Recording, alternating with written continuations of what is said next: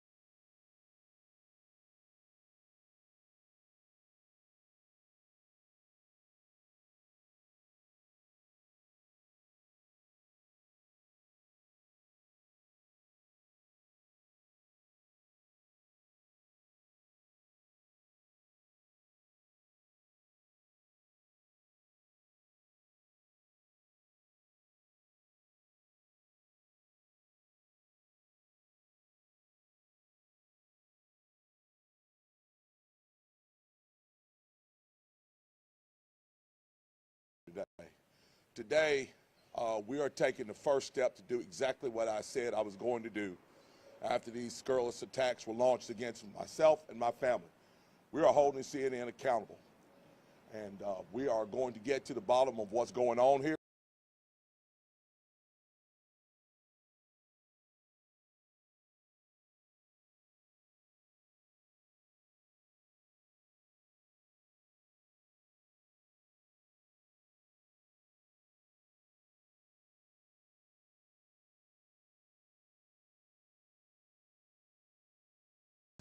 First steps to fight back against what we consider to be one of the greatest examples of political interference in this state's history and quite possibly this nation's history.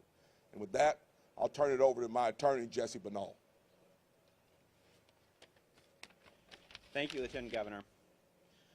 A few weeks ago, my team set out on this investigation. We were determined to follow the facts. The investigation was guided by those facts. The team that was involved in this investigation included a number of attorneys, including seasoned trial attorneys and former federal prosecutors. The investigation was led by a former FBI special agent, and we had a number of other specialists that were highly involved in going down and following the facts, knocking on doors, picking up the telephone, and also using the full range of technology resources available to us in order to fully investigate.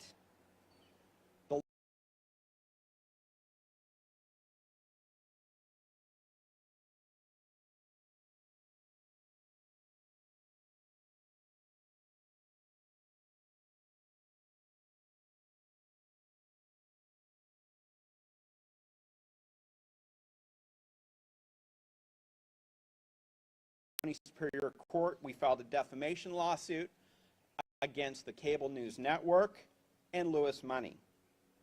That lawsuit lays out the effort to, as the Lieutenant Governor said, use a high-tech lynching in order to interfere with North Carolina's 2024 gubernatorial election. We expect to find that there are more bad actors that have been involved in this process to interfere with the election, and there is more to come. And let me say this, there have been those that have tried to interfere with our investigation by stonewalling. And to them, I will say that we will use every tool at our disposal now that a lawsuit has been filed, including the subpoena power, in order to continue pursuing the facts, and you will not be able to hide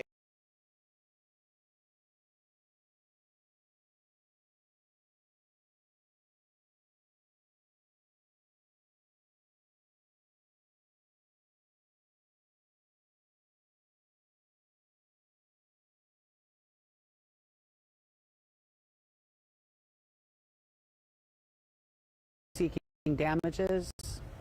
For a defamation lawsuit, you seek damages.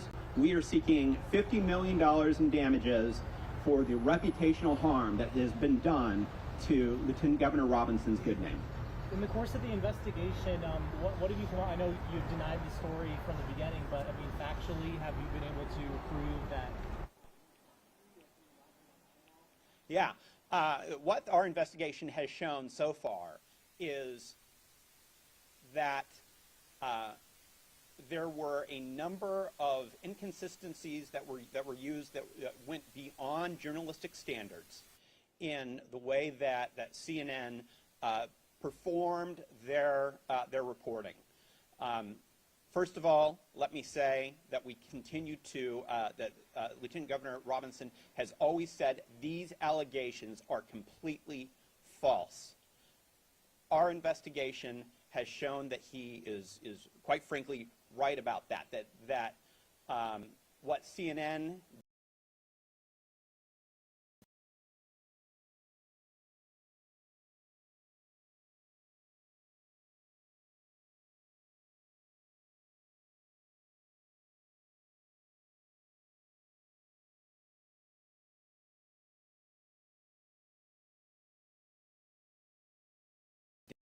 from data breaches, and you don't properly verify that information that was available to anyone on the dark web, for instance, if you take that and then put it as the truth on your website, that can be one thing that is a reckless disregard for the truth, and shows actual malice. Our lawsuit, which will be available to you, walks through that entire process and why we believe what was done was defamation. Yes, sir.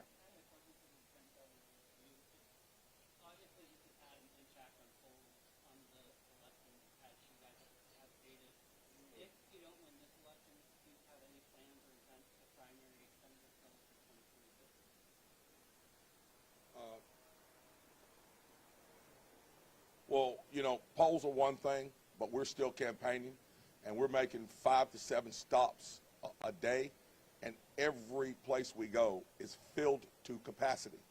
So we anticipate winning this election despite this attack. So any plans for the future that we have are at the governor's mansion. And as for the verification for this election, Senator Phillips called for y'all to provide any evidence. We've seen 6 men who said Robinson visited a foreign store in Greensboro. You guys say he stay all alive. CNN was able to have biographical details attaching the username to the Lieutenant Governor's political account and IP address that showed it was near Robinson's home. 2 people have left the campaign, 4 people have left the office. You guys say these allegations are all false. 26 days later, can you produce any evidence related to those information? Yeah, that's what the complaint is. The complaint is a rundown of our evidence. But let me say really clearly, when they say, for instance, biographical data, or where they say other things that might be consistent with the way that he's known to talk and that he did talk at the time on Facebook, an open Facebook account. That is simply nothing that is compelling that CNN has brought forward for information that is nothing more than data breach information that could come from anyone at any time. The lawsuit walks through every single, or not every single one, much of the information that we have found so far in this process, and there will be more to come. Let's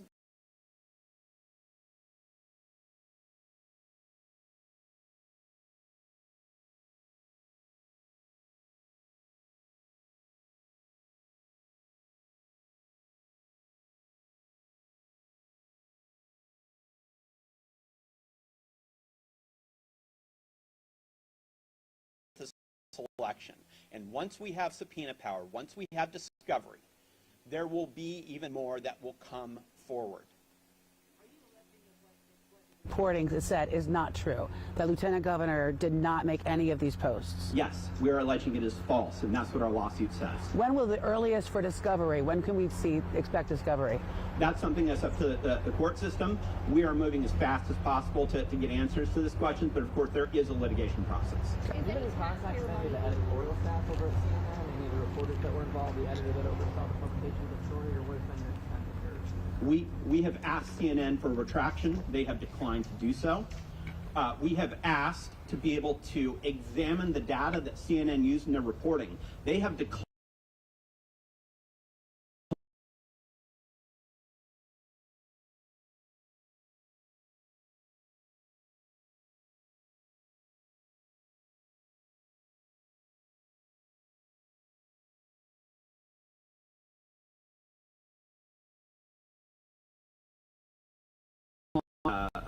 We will now be able to get a number of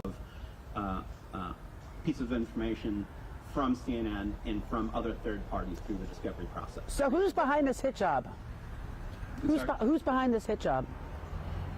There are a number of other parties that we believe that will be able to come forward within time to show the breadth of people who have decided to engage in this high-tech lynching, but I'm not going to do what CNN did by using guesses to put those names out there right now. What we are going to do is continue our investigation in a professional way, and once we have the solid information, then that will be part of our lawsuit.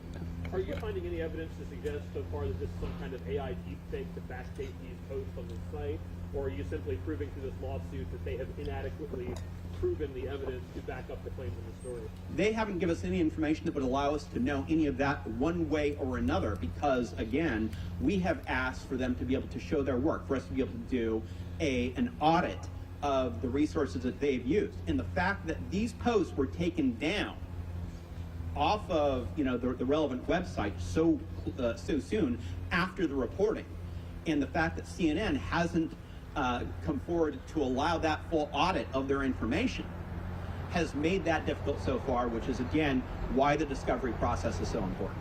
The Twitter account that was cited by CNN in this report only started in, I believe, September 2018, but the reporting actually cited posts from before that from that handle. And if you go and you look at that Twitter account now, it appears to be, honestly, it looks like a 4chan troll account, but it points to Josh Stein's website. Do you have any comment on that? I think that these are all great issues that we will continue to look at, and you're exactly right. There's a number of the technological issues of these cases, and everything from Twitter accounts to IP addresses and everything that right now don't make sense, and that is why our investigation is continuing. And that is why we think as more and more information comes out, it will become more and more clear that this is nothing but the high-tech lynching. You said this is a defamation lawsuit, but you keep bringing up this term of election interference. You're saying that CNN tried to interfere in the gubernatorial race. Can you elaborate a little bit on what that entails on your part, what you believe that means? Absolutely. So defamation is the publication of false statements.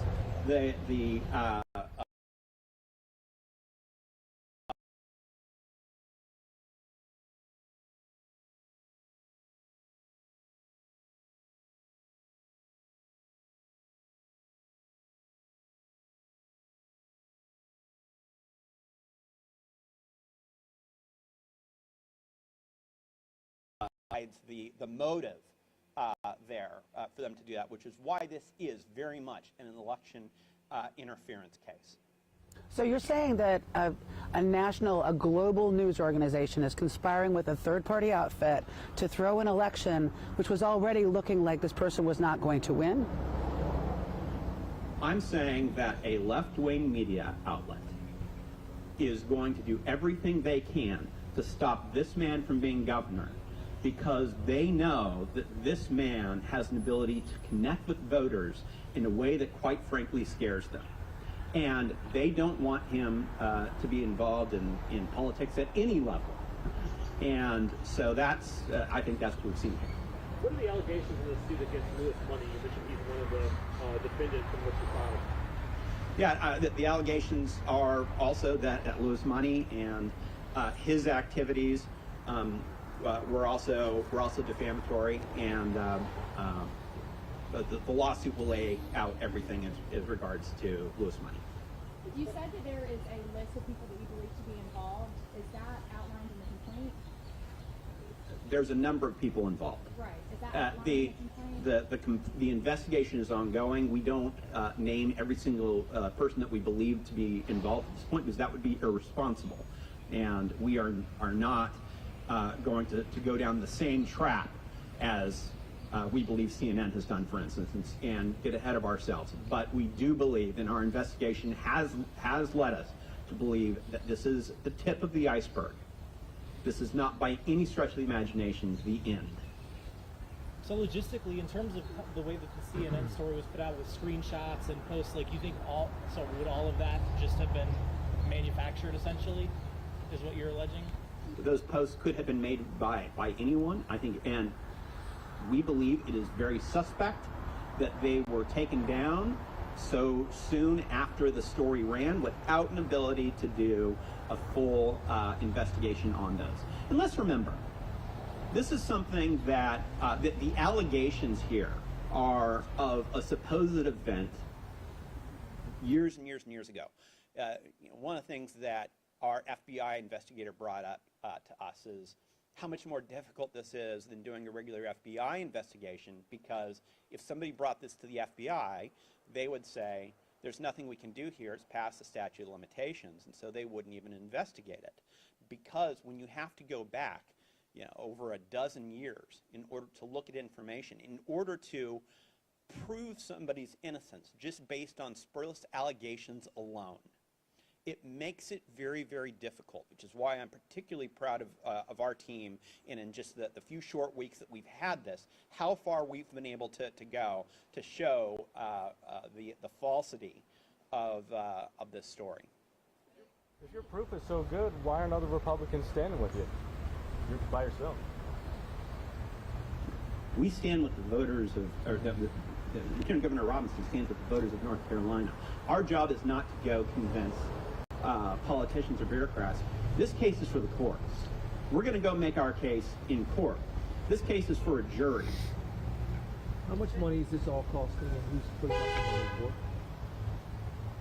the money for? I mean, any lawsuit costs money, and that's one of the real harms here. This is something that's so disgusting, is that rather than being out on the campaign trail full-time, like he actually, frankly, he is, talking about the voters of North Carolina, when you have such an effort at election interference, it's an attempt to distract. It's an attempt to try to use lawfare in order to force people to use financial resources on fighting back against rumors and innuendos, rather than getting out there and talking about the issues that are important to voters. It's been 26 days since that story broke. I remember back for previous stories, there were PowerPoint presentations outside the Lieutenant Governor's office walking through a number of different things. Is there any evidence? You said it could be anyone who wrote these posts. Do you have any evidence to support that it wasn't the Lieutenant Governor? Well, first of all, we have a complaint that has been filed in court. And that is something, that is the way that we do the litigation process in this country. Now we will have the opportunity to go forward and prove what we have put in the complaint, and we are confident in our ability to do that. You mentioned these posts getting removed shortly after publication of the story. Obviously, CNN wouldn't have purview over that. That would be up to the websites, whatever servers host them. Have you been in contact with those sites to try and get a hold of those materials, or the archives of those pages, or what does that look like? Like I said before, there have been a number of efforts to reach out to a number of people, not just picking up the telephone, but actually knocking on doors. And there's been some people that have been more forthcoming than others. And again, what I will say is they will not be able to hide behind obstruction anymore, because as this lawsuit moves forward, we will have subpoena power, we will have the power of discovery. The Lieutenant Governor, Josh Stein, the other day told reporters that discovery will be very interesting. Is there any message you wanted to send to Attorney General Stein in response to Defamation? No. Has this investigation impacted the campaign's finances at all? I know the TV ads stopped running around the time that the CNN report came out. Is this diverting resources to otherwise be getting your message out on TV? I can answer that question. Our campaign financing is still going well, but we've chosen to go in a different direction there. We've chosen to hit the road and get out and actually meet the people. We find that it's much more, leaves our campaign more financially stable and flush, and we are finding it's far more effective than what we've been doing in the past in our campaign. We should have done this long ago, actually.